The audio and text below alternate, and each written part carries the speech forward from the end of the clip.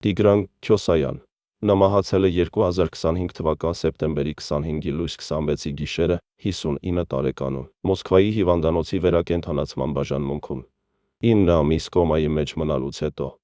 Հուղարկավորության արարողությունը տեղի է ունեցել 2025 թվական սեպտեմբերի 28-ին Մոսկվայի հայկական եկեղեցում։ Մինչ օրս աշխարհի տարբեր անկյուններում հայերը քննարկում են այն տարօրինակ հանգամանքները, որոնք ապշեցրել էին բոլորին հուղարկավորության ժամանակ։ Այդ տարօրինակ փաստերը շատ կարևոր են,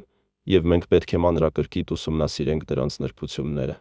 Նախ հիշեցնեմ, որ հուղարկավորությանը մասնակցել են Ռուսաստանի առաջատար քարոզիչներ, հայտնի աստղեր եւ Արա Աբրահամյանը։ Մոսկվայում եւ Մոսկվայի մարզում ապրում է մոտ 650,000 հայ։ Ինչու նրանք չգնացին հուղարկավորությանը, հատկապես հաշվի առնելով, որ ճանապարհը մինչև եկեղեցի տևում է ընդամենը 2 ժամ։ Ռուսաստանում ապրում է մոտ 2-5 միլիոն հայ, սակայն նրանցից ոչ մեկը չմասնակցեց։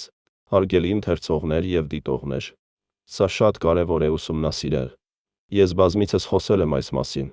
իսկ հիմա այն հաստատվեց։ Ռուսաստանը ապրում է ստի ու կեղծիքի մեջ։ Այսպիսով, Տիգրան Քյոսայանի հուղարկավորությանը հայերի բացակայության պատճառները հետևյալն են։ Իրականում Ռուսաստանի հայերը դեմ են պատերազմին։ Նրանք եկել են Ռուսաստան ավելի լավ կյանք գտնելու համար, քան ունեցել էին Արցախում եւ Հայաստանում։ Նրանք երբեք չէին պատկերացնում, որ Ռուսաստանում պատերազմ կլինի եւ իրենց կյանքը դժոխքի կվերածվի, իսկ Հայաստանը, որից հեռացել էին, սկսելու է ծաղկել ու զարգանալ։ Քյոսայանը հաճախ հայտարարում էր, թե ինքը ռուս է, եւ շատ հայեր դա հիշում են։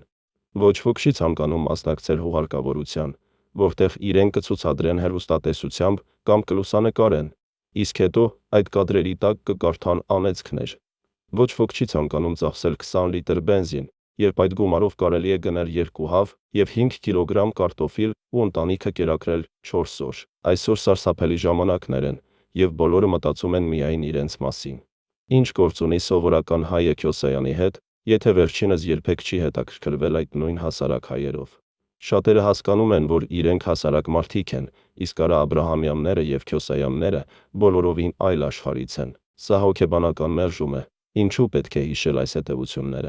Որովհետև դրանք ցույց են տալիս Ռուսաստանի հայկական համայնքների եւ կազմակերպությունների կեղծավորությունը։ Պետք է հասկանալ, թե որքան էժան են նրանց խոսքերը սոցիալական ցանցերում։ Քյոսայանի հուղարկավորությունը նման էր ջերմաչափի, որը չափում է տրամադրության ջերմաստիճանը,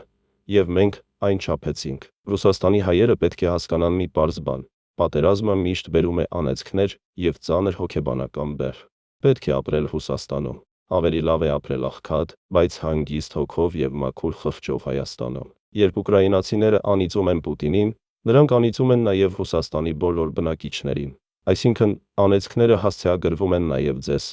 Իսկ ձեզ դա պետք է։ Եղեք խելացի եւ ապրեք խաղաղությամբ, առանց Պուտինի դվիժուխայի։ Հեղինակ Ռոման Բաղդասարյան